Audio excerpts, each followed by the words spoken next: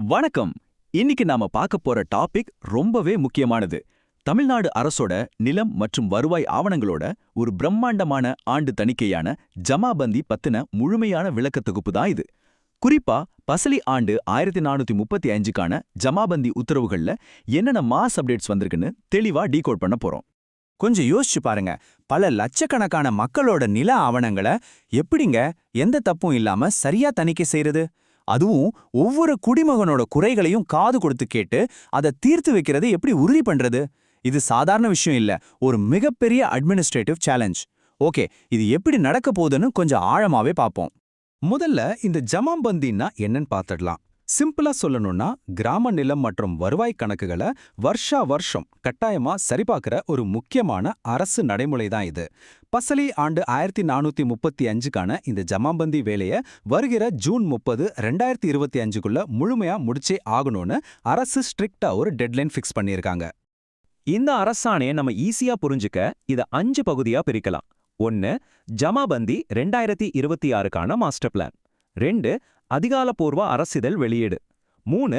மக்கள் கோரிக்கைகளை விரைவாக முடிப்பது. 4. கட்டாய விவசாயி பதிவேடு. மற்றும் 5.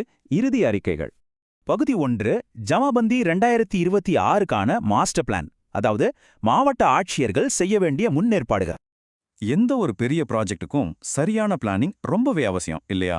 அதனால ஜமாபந்தி தொடங்குறதுக்கு சரியா 15 நாட்களுக்கு முன்னாடியே அதற்கான கால அட்டவணையை பப்ளிக்கா அனௌன்ஸ் பண்ணியாகணும். இதுல இன்னொரு இன்ட்ரெஸ்டிங்கான விஷயம் என்னன்னா, அரசாணை எண் 548 படி மற்ற அரசு துறைகளும் தங்களோட அதிகாரிகளை இந்த முகாம்களுக்கு கட்டாயமா அனுப்பி வைக்கணும். சோ இது ஒரு கலெக்டிவ் டீம் ஒர்க். பகுதி 2, அரசிதழ் வெளியீடு. அந்த புதிய டிஜிட்டல் மாற்றங்களை பத்தி இதுல பார்க்கலாம். இந்த ஜமாபந்தி அறிவிக்கைகள் எல்லாமே தமிழ் மற்றும் ஆங்கிலம்னு 2 மொழிகள்லயும் வெளியாகும்.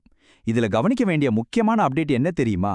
வருவாய் ஆவணங்களை பக்காவா மெயின்டைன் பண்றதுக்காக குக்கிராமங்களை, அதாவது ஹேம்லெட் கிராமங்களை இனிமே அவற்றுக்கான முக்கிய கிராமத்தின் கீழ் ஒரு துணை பிரிவா தெளிவா வகைப்படுத்தணும்.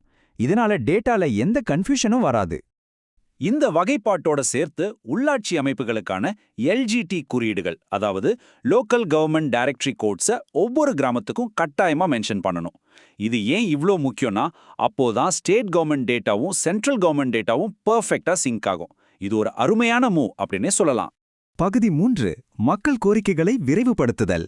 பொதுமக்களான நமக்கு இதுதான் ரொம்பவே முக்கியமான பகுதி. நம்ம ஊர் ஜமாபந்தியில ஒரு பெட்டிஷன் கொடுத்தா அதுக்கு என்ன நடக்கும், அந்த டிஜிட்டல் லைஃப் சைக்கிள் எப்படி இருக்கும்னு பாருங்க. ஃபர்ஸ்ட், மனுவை முகாம்ல வாங்குவாங்க. செகண்ட், வாங்கின அன்னிக்கே அதை முதலமைச்சரின் உதவி மைய போர்ட்டலான cmhelpline.tnega.orgல அப்லோட் பண்ணிடுவாங்க. Third and most important point, 30 நாட்களுக்குள்ள அந்த மனுவுக்கு ஒரு முடிவு கட்டியே ஆகணும். சரி, ஒருவேளை அந்த மனு ரிஜெக்ட் ஆனா என்னாகிறது? அங்கதாங்க ட்விஸ்டே இருக்கு. இனிமே அதிகாரிகள் சும்மா மேம்போக்கா ஒரு மனுவை நிராகரிக்கவே முடியாது. ஒருவேளை ரிஜெக்ட் பண்ணாங்கன்னா அதுக்கான சரியான துல்லியமான காரணத்தை டாக்குமெண்ட்ல ரெக்கார்ட் பண்ணியே ஆகணும். இதுல அக்கௌண்டபிலிட்டி வேற லெவல்ல இருக்குன்னு தான் சொல்லணும். இந்த ஒரு நம்பர் தாங்க ஒட்டுமொத்த அரசாங்கத்தோட டார்கெட், 0. அதாவது நிலுவையில் இருக்கிற பெட்டிஷன்ஸ்களோட எண்ணிக்கை 0வா இருக்கணும். இதை சும்மா சொல்லிட்டு விட மாட்டாங்க. வருவாய் நிர்வாக ஆணையரகம் ஒவ்வொரு மாவட்டத்தோட டேஷ்போர்டையும் ரியல் டைம்ல மானிட்டர் பண்ணிட்டே இருப்பாங்க. பெண்டன்சியே இருக்கக்கூடாதுங்கிறதுல கவர்மெண்ட் ரொம்ப ஸ்ட்ராங்கா இருக்காங்க. பகுதி 4, கட்டாய விவசாயி பதிவேடு மற்றும் ஐடி. விவசாயிகளுக்கு இந்த செக்மெண்ட் ரொம்பவே முக்கியம். களத்துல என்னென்ன நடக்கும்னு தெரிஞ்சுக்க ஆர்வமா இருக்கா? விவசாயிகளோட பதிவேட்டை அப்டேட் பண்றதுக்கு ஸ்பெஷல் கேம்ப்ஸ் போடுவாங்க. அது மட்டும் இல்லாம சட்டப்பூர்வ வாரிசுகளுக்கு பட்டா மாறுதல் செஞ்சு தர்றது, விடுபட்ட விவசாயிகளை சேர்த்தவங்களுக்கு ஐடி உருவாக்குறதுன்னு நிறைய வேலைகள் நடக்கும். குறிப்பா கிராம வாரியா நில விவரங்களை அக்ரிகல்ச்சர் மற்றும் ரெவென்யூ டிபார்ட்மெண்ட் அதிகாரிகள் ஒன்னா சேர்ந்து வெரிஃபை பண்ணுவாங்க. இந்த விவசாய அடையாள அட்டை, அதாவது ஃபார்மா ஐடி, ஏன் இவ்ளோ முக்கியம்னு நீங்க கேட்கலாம். காரணத்தை சொல்றேன், கேட்டுக்கோங்க. இந்த ஐடி இல்லைன்னா ஃபியூச்சர்ல அரசு மானிய விலையில கொடுக்கிற உரங்கள், குறைந்தபட்ச ஆதரவு விலை, அதாவது எம்எஸ்பி திட்டங்கள், இது எதுவுமே கிடைக்காம போயிடும். அதனால இந்த ஐடியா வாங்குறது ஒவ்வொரு விவசாயிக்கும் மிக மிக அவசியம். பகுதி 5, இறுதி அறிக்கைகள் மற்றும் இணக்கம். அந்த மெகா ஆடிட்டை எப்படி க்ளோஸ் பண்றாங்கன்னு பார்க்கலாம்.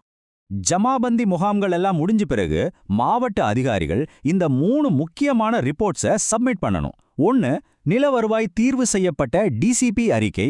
2. G return report. 3 ஜமாபந்தி மனு தீர்வு சுருக்க அறிக்கை. இந்த 3 தாங்க பசலி 1435க்கான ஆடிட் வெற்றிகரமா முடிஞ்சிருச்சு அப்படிங்கிறதுக்கான ஆதாரமே.